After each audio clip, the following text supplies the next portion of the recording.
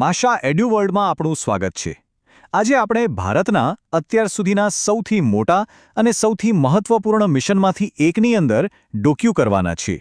હા, આપણે વાત કરી રહ્યા છીએ દેશની પહેલી સંપૂર્ણ ડિજિટલ વસ્તી ગણતરીની અને તેની પાછળની જબરદસ્ત તૈયારીઓની। ચાલો એક ક્ષણ માટે કલ્પના કરીએ કે કોઈ સરકારી શિક્ષક છે અને એક દિવસ એમના હાથમાં એક સત્તાવાર પત્ર આવે છે, એવો પત્ર જે એમને એક રાષ્ટ્રીય મિશનનો ભાગ બનાવવા જઈ રહ્યો છે। અને એ પત્રમાં લખ્યું છે મિશન વસ્તી ગણતરી 2027। જુઓ, આ કોઈ સામાન્ય સરકારી ડ્યુટી નથી, આ તો દેશનું સૌથી મોટું ડેટા ભેગું કરવાનું અભિયાન છે। એક એવું મિશન જે આવનારા દાયકા માટે ભારતની નીતિઓનો પાયો નાખશે। તો સવાલ એ છે કે આટલા મોટા ઓપરેશન પાછળના અસલી હીરો કોણ છે? ચાલો આ મિશનના પાયાના કાર્યકરો વિશે થોડું જાણીએ। આ આખી કામગીરીમાં આમ તો બે સૌથી મહત્વપૂર્ણ ભૂમિકાઓ છે। એક છે પ્રગણક એટલે કે એન્યુમરેટર અને બીજા છે સુપરવાઇઝર। સાવ સાદી ભાષામાં કહીએ તો પ્રગણકો એ લોકો છે જે ઘરે ઘરે જઈને માહિતી એકઠી કરે છે અને સુપરવાઇઝર એમના કામ પર નજર રાખે છે, જાણે કે એક ટીમના લીડર। તો પછી આ પ્રગણક બને છે કોણ? વેલ, મોટાભાગે તો આ મહત્વની જવાબદારી આપણા શિક્ષકોને જ સોંપવામાં આવે છે, પછી એ પ્રાથમિક હોય, માધ્યમિક હોય કે વરિષ્ઠ શિક્ષકો હોય। અને એમની સાથે હોય છે બૂથ લેવલ ઓફિસર્સ એટલે કે BLOs। આ વખતની વસ્તી ગણતરીને જે વાત સૌથી ખાસ અને ઐતિહાસિક બનાવે છે ને, એ છે એક ક્રાંતિકારી બદલાવ।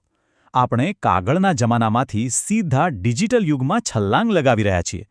આ ભારતની પહેલી સંપૂર્ણપણે ડિજિટલ વસ્તી ગણતરી હશે। યાદ છે પહેલાં કેવું હતું? વસ્તી ગણતરીનું નામ પડે એટલે આંખ સામે કાગળના ફોર્મના ઢગલા અને ઢગલા આવી જાય, એકદમ થકવી દેનારું અને માથાકૂટવાળું કામ। પણ હવે એ બધું ભૂતકાળ છે। હવે આખું કામ થશે ફક્ત એક મોબાઈલ એપથી। વિચારો, આનાથી પ્રક્રિયા કેટલી ઝડપી, કેટલી સરળ અને કેટલી સચોટ બની જશે। તો આ એપથી પ્રગણકનું કામ શું હશે? પહેલું, પોતાના વિસ્તારમાં ઘરે ઘરે જઈને સર્વે કરશે। બીજું, એ મકાનોની યાદી બનાવશે જેને હાઉસ લિસ્ટિંગ કહેવાય છે। ત્રીજું, દરેક પરિવારના દરેક સભ્યની વિગતો નોંધશે। અને છેલ્લે આ બધી જ માહિતી એપ દ્વારા સીધી અપલોડ કરી દેશે। પણ અહીંયા એક મોટો અને વ્યવહારુ સવાલ ઊભો થાય છે। માની લો કે કોઈ એવા વિસ્તારમાં છે જ્યાં ઇન્ટરનેટ જ નથી, તો શું થશે? શું કામ અટકી જશે? ના, બિલકુલ નહીં। એનો પણ એકદમ સ્માર્ટ ઉપાય છે, એપનો ઓફલાઈન મોડ। આનો મતલબ એ છે કે પ્રગણક ઇન્ટરનેટ વગર પણ બધો ડેટા ભરી શકે છે અને જેવું નેટવર્ક પાછું આવશે, ડેટા આપોઆપ અપલોડ થઈ જશે। ખરેખર આ એકદમ જોરદાર ફીચર છે। અને હા, આ વખતે નાગરિકો માટે પણ એક નવો અને રસપ્રદ વિકલ્પ છે, સેલ્ફ એન્યુમરેશન। એટલે કે લોકો જાતે જ ઓનલાઈન પોર્ટલ પર જઈને પોતાની માહિતી ભરી શકે છે। આનાથી પ્રગણકનું કામ ઘણું સરળ થઈ જશે। એમણે ફક્ત ઘરે જઈને માહિતીને વેરીફાઈ જ કરવાની રહેશે। સમય અને મહેનત બંને બચશે। હવે દેખીતી વાત છે કે આટલા મોટા ડિજિટલ મિશન માટે તૈયારી પણ એટલી જ જોરદાર હોવી જોઈએ, ખરું ને? તો ચાલો જોઈએ કે આ લાખો લોકોની ડિજિટલ સેનાને કેવી રીતે તૈયાર કરવામાં આવી રહી છે।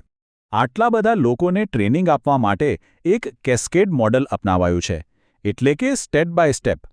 સૌથી પહેલાં એપ્રિલ 2026માં રાજ્ય કક્ષાએ માસ્ટર ટ્રેનર્સ તૈયાર થશે। પછી એ માસ્ટર ટ્રેનર્સ જિલ્લા કક્ષાએ ફિલ્ડ ટ્રેનર્સને તાલીમ આપશે। અને છેલ્લે આ ફિલ્ડ ટ્રેનર્સ મે મહિનામાં દરેક પ્રગણક અને સુપરવાઇઝરને તૈયાર કરશે। અહીંયા ખાલી ટ્રેનિંગ આપવા ખાતર નથી, ક્વોલિટી પર પણ પૂરેપૂરું ધ્યાન છે। એટલા માટે જ દરેક બેચ નાની રાખવામાં આવી છે, લગભગ 35થી 40 લોકોની જ, જેથી દરેક વ્યક્તિ પર બરાબર ધ્યાન આપી શકાય અને સારી રીતે શીખી શકે। ચાલો હવે વાત કરીએ એ સવાલની જે કદાચ બધાના મનમાં હશે, આટલી મહેનત અને આટલા મહત્વના કામ માટે વળતર શું મળશે? એટલે કે પૈસાની વાત।